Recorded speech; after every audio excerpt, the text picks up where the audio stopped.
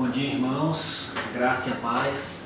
Estamos aqui novamente para continuar a nossa EBD online.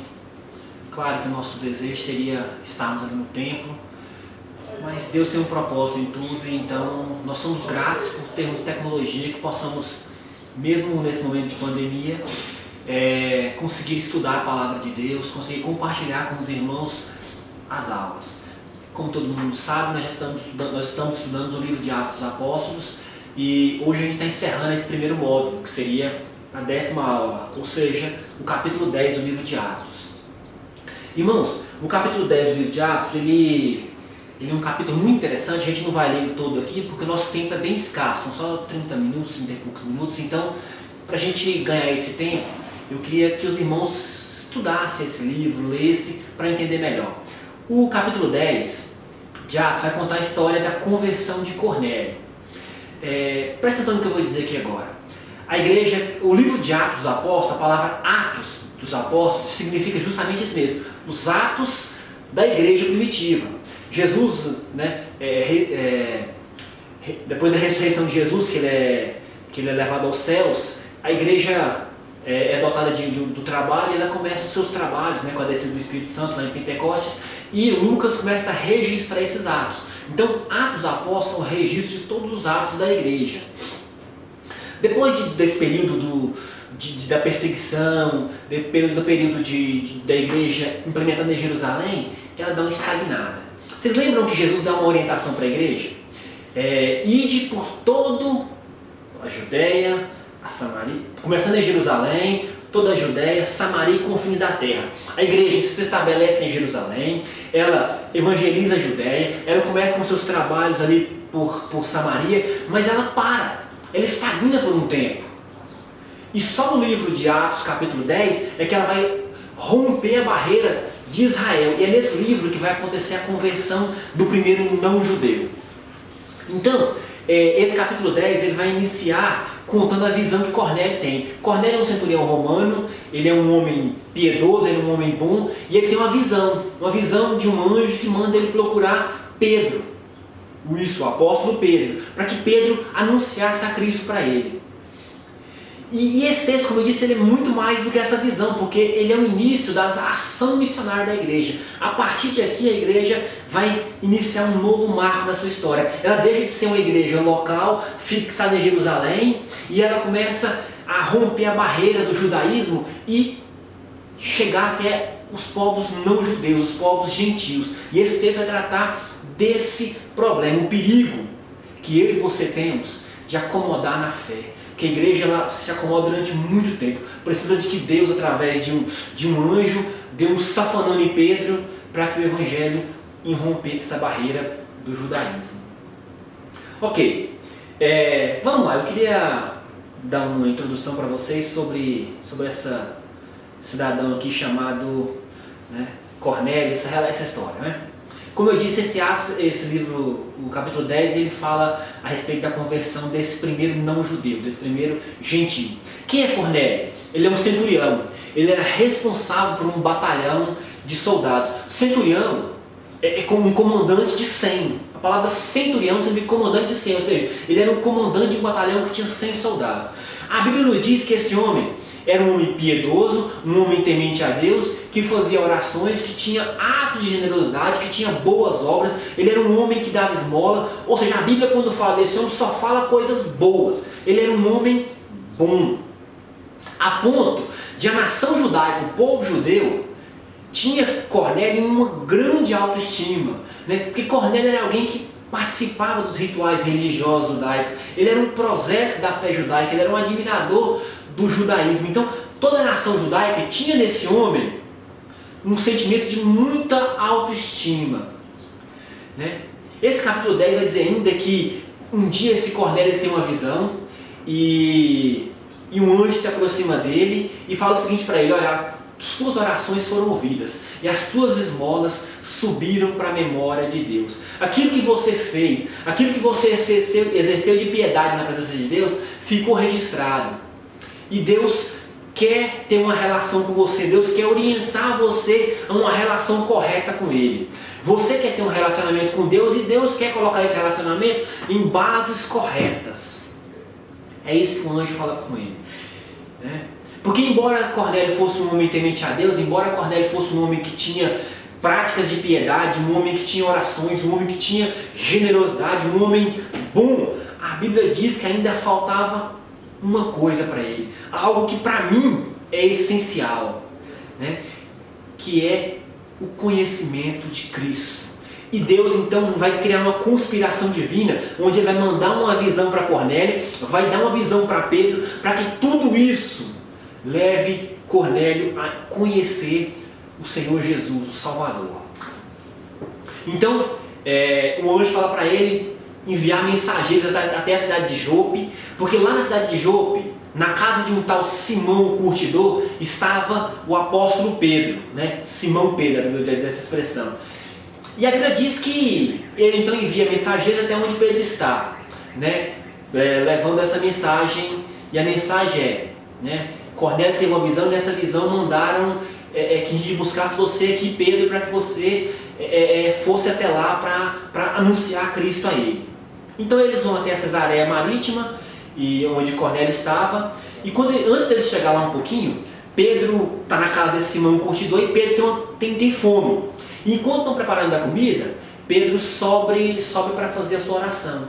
E nessa oração acontece um fato diferente, um fato miraculoso. Pedro está ali orando, tem a oração, e ele vê do céu descer um lençol com uma série de animais. A Bíblia fala que todas as espécies de répteis, quadrúpedes e aves do céu aparecem para ele, e acontece uma voz. E a voz é a seguinte: mata e come. Por 3 vezes essa voz aparece, e por 3 vezes Pedro repete para ela, né? Jamais entrou na minha boca comida comum e impura. E ele fala não para Deus, e ele não come. Depois disso aí, porque os judeus, eles possuem dieta alimentar restringida pela religião, ou seja, eles só podiam comer aquilo que a religião deles permitia. Os judeus, eles tinham uma série de alimentos que eles não podiam nem sequer tocar, porque eram considerados alimentos impuros. E Deus fala para ele: olha, não considere imundo ou impuro aquilo que eu procurei. E nesse meio tempo, o Espírito Santo pega e dá a instrução para Pedro. Fala assim: Pedro, o lençol se recolhe, sobe ao céu, fala: Pedro, chegou 3 homens aí, esses homens são enviados de Cornélio, vão com eles sem nada questionar. Né? Deus parece que entendeu que Pedro não estava compreendendo a visão, então fala assim: olha, Pedro, já que você não entende a mensagem, vai com eles. E no meio do caminho o Espírito Santo vai trabalhar no coração de Pedro, e ele entende que ele foi chamado, que aquela visão dos lençóis não era uma visão de animais impuros apenas, era mostrando que não há diferença entre judeus e gentios. Para Deus, todos foram purificados. Para Deus, todos são pecadores e careciam da graça e da glória de Deus. Então Pedro entende isso. Então esse grupo chega, Pedro vai até com ele e vai chegar lá, ele vai evangelizar esse Cornélio, Cornélio vai aceitar a Cristo, e ele vai ter o derramamento do Espírito Santo sobre os gentios pela primeira vez. Um texto lindo. E eu queria falar com vocês sobre 2 temas aqui hoje. O primeiro tema era sobre o perigo que você e eu, que somos cristãos, você e eu, que conhecemos o Evangelho há muito tempo, de você e eu que já estamos na fé cristã, de a gente sair de um entusiasta, de um apaixonado pelo Evangelho e se tornar um religioso. Presta atenção comigo no que eu vou falar aqui. Pedro, enquanto discípulo, Pedro, enquanto apóstolo, Pedro, enquanto caminhando com Cristo, ele era um homem entusiasmado, às vezes até fazia algumas besteiras, pelo ato impulsivo dele. Mas ninguém pode negar que Pedro era apaixonado por Jesus.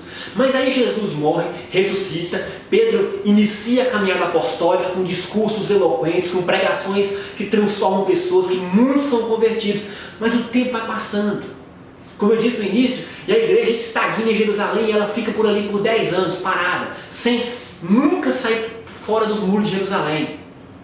E nesse meio termo, Pedro se acomoda, e é um perigo que você e eu corremos, de se acomodar e sair do estágio de apaixonado por Cristo para o religioso. Olha o que diz o verso 14 aqui: quando o lençol aparece com os animais, Deus fala para Pedro, a voz fala para Pedro, Cristo fala com Pedro: mata e come. E Pedro responde: de modo algum, Senhor, porque eu jamais comi coisa alguma ou imunda. Pedro tem a impressão de que a salvação é o merecimento dele, porque isso acontece com o religioso. Ele esquece que a salvação é obra da graça. Ele acha que a salvação é porque ele faz isso ou faz aquilo. Não, irmãos, salvação é uma obra única e exclusiva da graça. Mas acontece uma segunda coisa. Aí nesse verso 14, Pedro fala assim para Deus: olha, não, de modo nenhum. Atenção no que eu vou falar aqui. Deus dá uma ordem para Pedro e Pedro fala não. Aonde já se viu alguém dizer não para Deus? Não tem essa possibilidade. Você não pode falar não para Deus. Como você chama alguém de Senhor e fala não para Ele? É uma incoerência. Quando você diz Senhor, significa que Ele tem autoridade sobre a sua vida. Mas quando você fala não para Ele, você diz que quem tem autoridade sobre a sua vida é você mesmo. Isso é incoerente. Pedro fala não para Deus. Jamais aconteceu isso comigo, eu não vou fazer, eu não vou te obedecer, porque a minha religião é mais importante do que Deus. Cuidado, irmão, esse é um perigo que você e eu corremos. Pedro esquece da graça, porque Pedro esqueceu que a salvação é uma obra de Cristo e ela acontece por meio da graça, por esse chamado gracioso de Cristo, que chamou a mim, chamou a você, mas chamou também o meu vizinho, chamou também o meu amigo de trabalho, chamou todas as pessoas. Não era uma coisa exclusiva dos judeus, a salvação era para todo aquele que nele crê. E Pedro se esquece disso. E o Espírito Santo então de Deus pega e fala para Pedro: olha, Pedro, já que você não entendeu, vai com esses homens. E aqui vai acontecer algo que eu queria chamar a atenção de vocês mais. Eu queria gastar um tempinho mais nessa segunda parte da nossa aula, que é especificamente do verso 34 ao 43. Como esses versos são pequenos, eu vou ler bem rapidamente com vocês aqui, né? Cornélio era um centurião, verso 34 a 43. E abrindo Pedro a boca, diz: reconheço por verdade que Deus não faz acepção de pessoas. Agora ele reconhece, no começo ele não reconhecia não. Mas que lhe é agradável aquele que em qualquer nação o teme e faz o que é justo. A palavra que ele enviou aos filhos de Israel, anunciando a paz por Jesus Cristo, este é o Senhor de todos. Esta palavra, vós bem sabeis, veio por toda a Judéia, começando pela Galiléia, depois do batismo que João pregou, como Deus ungiu a Jesus de Nazaré com o Espírito Santo e com poder, o qual andou fazendo bem e curando a todos os oprimidos do diabo, porque Deus era com ele. E nós somos testemunhas de todas as coisas que ele fez, tanto na terra da Judéia como em Jerusalém, ao qual mataram, pendurando num madeiro. A este ressuscitou o Deus no terceiro dia, e fez que se manifeste não a todo o povo, mas as testemunhas que Deus antes ordenara a nós, que comemos e bebemos juntamente com ele, depois que ressuscitou dentre os mortos, e nos mandou pregar ao povo e testificar que ele é o que por Deus foi constituído juiz dos vivos e dos mortos. A este dão testemunha todos os profetas, de que todos os que nele creem receberão o poder, né? E o poder de remissão dos pecados pelo seu nome. E eu queria falar agora com vocês um pouquinho sobre alguns equívocos e verdades sobre a salvação. Como eu falei, Cornélio é um centurião romano. A Bíblia diz que ele era um homem bom. A Bíblia diz que ele tinha práticas de boa obra. A Bíblia diz que a nação judaica via nesse homem um homem bom porque ele participava dos rituais religiosos da fé judaica. Ele era um homem de oração, e não só um homem de oração. A Bíblia fala que as orações dele, as esmolas, subiam até a presença de Deus. Ele era um homem que sensibilizou Deus. A Bíblia diz tudo isso dele. A Bíblia diz que esse homem então vai ter essa visão e vai acontecer esse evento que a gente narrou agora aqui, né? E eu queria falar agora sobre esse assunto, né? Irmãos, a grande missão de Jesus, do Senhor Jesus, é vir para salvar o mundo, não para julgá-lo. Se bem que nesse texto a gente ouviu que Jesus ele virá um dia como juiz para julgar. Mas a primeira vinda de Cristo, ele veio para salvar o mundo. Ele mesmo fala: porque Deus amou o mundo de tal maneira que deu o seu Filho unigênito para que todo aquele nele crê não pereça, mas tenha a vida eterna. Então a missão de Cristo é salvar o mundo, né? E eu queria falar com vocês sobre esses temas da salvação.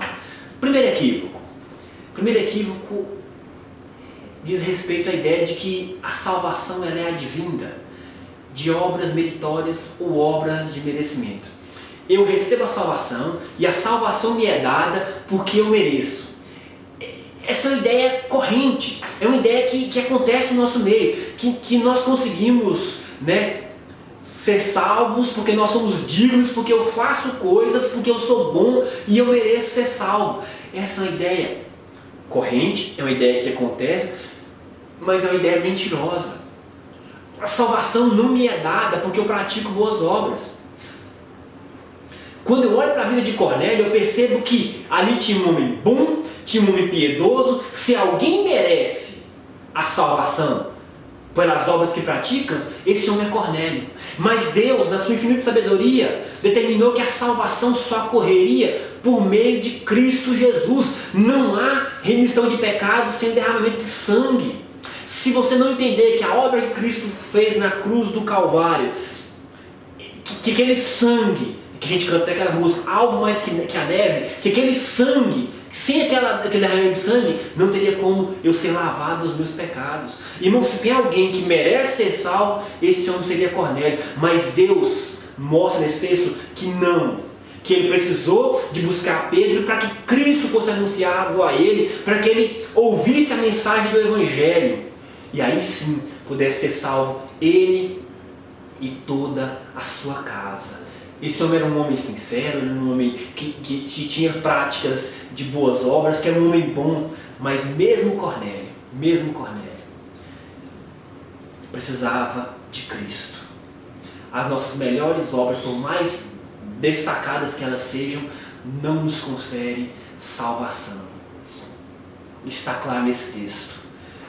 Isaías diz que a nossa justiça diante de Deus ela é como trapo de imundícia. Para que a casa de Cornélio fosse salva, Deus vai de maneira maravilhosa, de maneira sobrenatural, orquestrar anjos que falam com Cornélio, anjo que fala com Pedro, para que isso se convergisse e Cornélio ouvisse a mensagem do Evangelho da salvação de Jesus Cristo.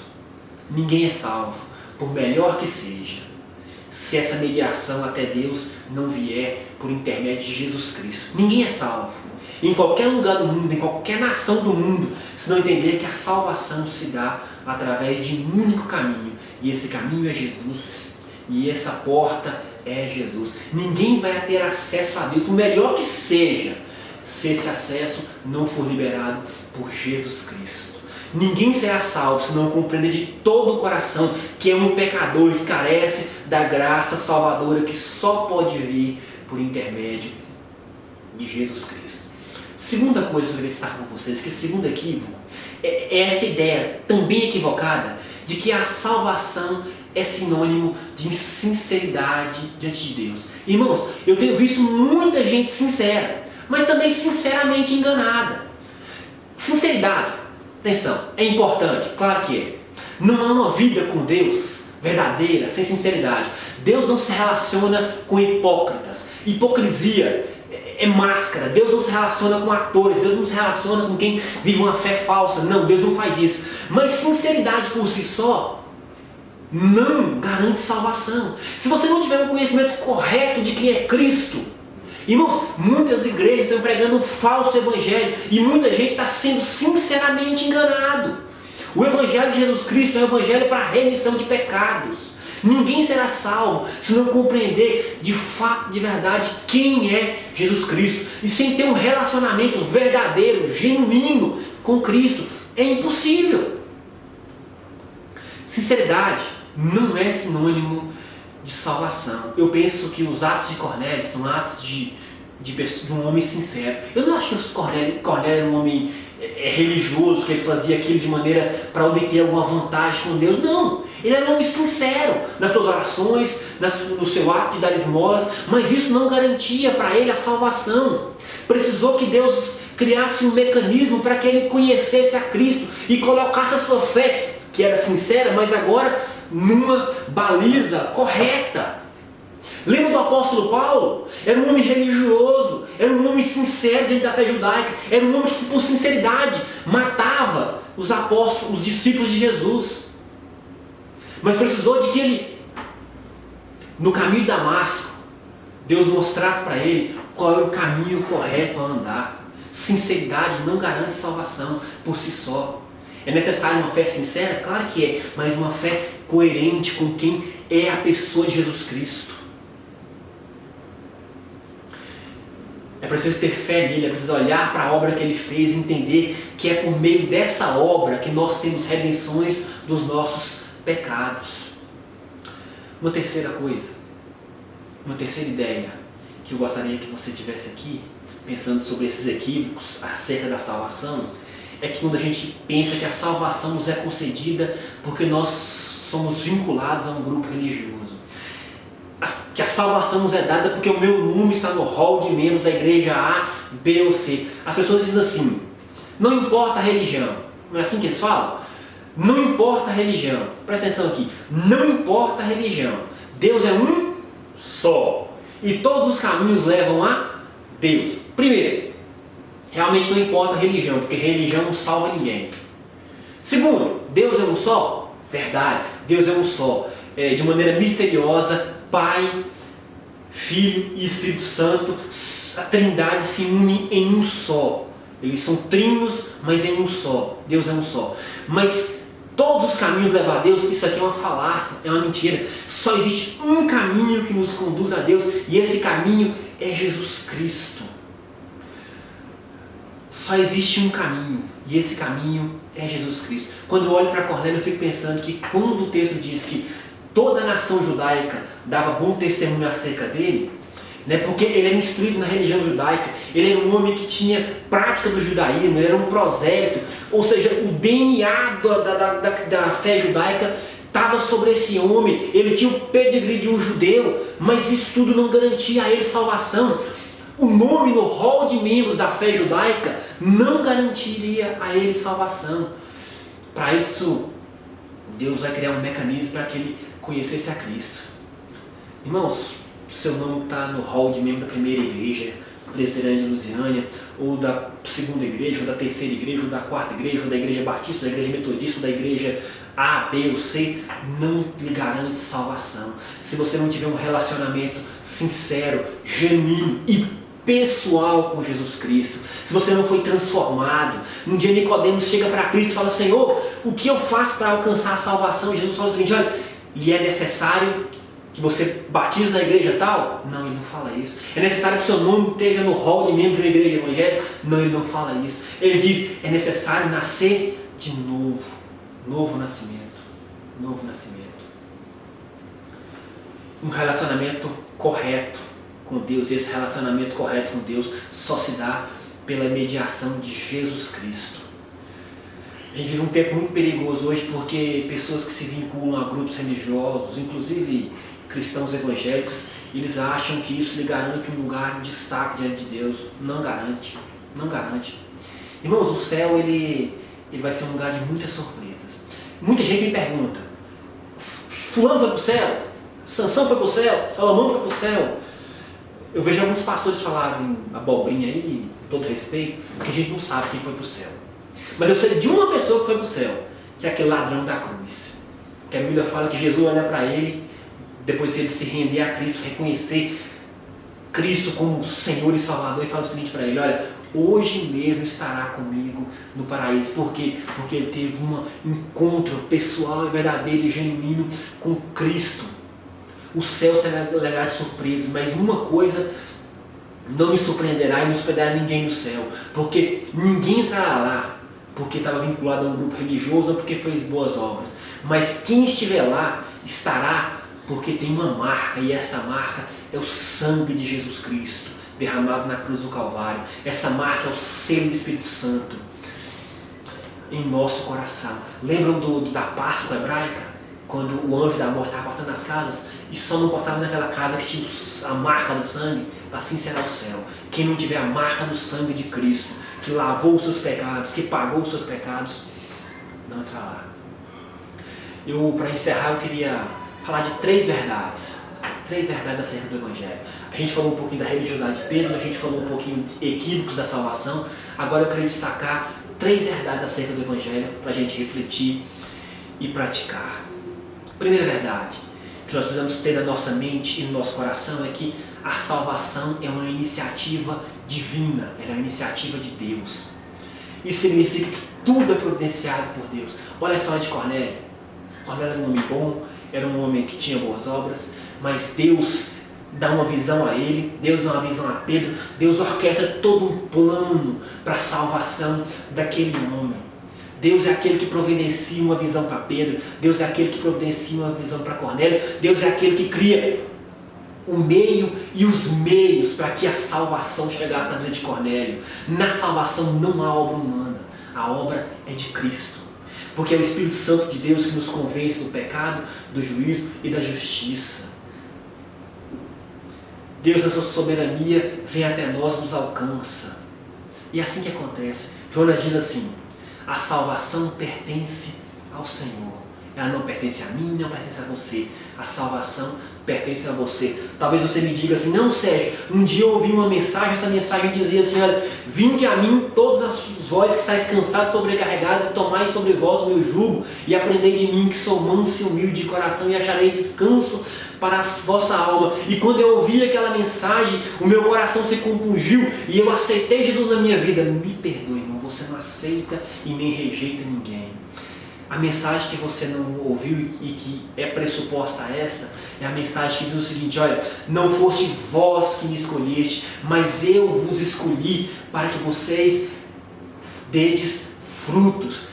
A salvação é uma obra de Deus. Foi Deus que trabalhou o seu coração, foi Deus que criou o mecanismo para que você encontrasse ou fosse encontrado por essa mensagem que salvou a sua vida.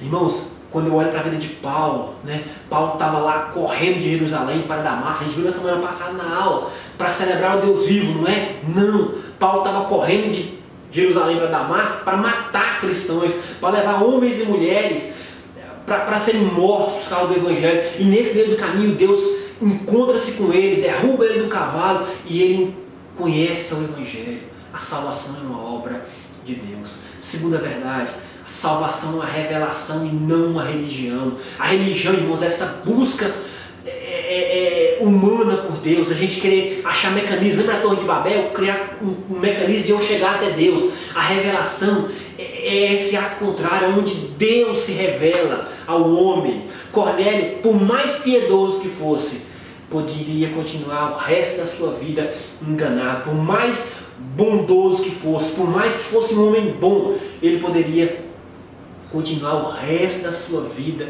enganado. E o que ele precisava era de uma revelação. E Deus, através dessa obra maravilhosa, se revela a ele. Assim aconteceu com a sua e com a minha vida. Não foi eu que busquei a Deus, foi Deus que se revelou a mim através da mensagem do Jesus Cristo.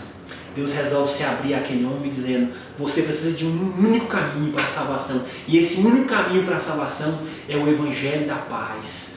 Aquele que nos diz que é por meio de Jesus Cristo, Senhor, que nós nos aproximamos de Deus. Terceira verdade, é que a salvação é uma obra exclusiva do Evangelho, da Boa Nova de Jesus Cristo. Se alguém está no reino de Deus, somente o fará por meio de Jesus Cristo. Ninguém estará lá senão por intermédio do sangue de Jesus. A salvação é uma obra exclusiva do Evangelho, da Boa Nova de Jesus Cristo. Cornélio era um homem bom. Presta atenção no que eu vou dizer aqui. Cornélio era um homem bom, um dos melhores que eu já ouvi em toda a história da Bíblia. Antes de ouvir o Evangelho, Cornélio estava com boas obras, com boa moral, mas um relacionamento não correto com Deus. E a relação correta com Deus só se dá de maneira satisfatória, de maneira plena, se ela for mediada por Jesus Cristo. Cornélio precisava de duas coisas, que mesmo os melhores homens precisam: arrependimento e fé. Se você continuar a ler o livro de Atos, aqui no capítulo 11, Pedro vai dizer o seguinte: olha, que houve arrependimento para a vida. E lá no capítulo 15, quando Pedro resgata essa história para contar no Concílio de Jerusalém, vai dizer o seguinte: olha, houve ali fé em Jesus Cristo, arrependimento e fé. Somente isso nos concede a verdadeira salvação. Para encerrar, um dia Spurgeon, para quem não se lembra, Spurgeon foi um grande pregador batista, calvinista, reformado, que pregava dominicalmente no Tabernáculo de Londres para 12 mil pessoas. Ele era conhecido como príncipe dos pregadores.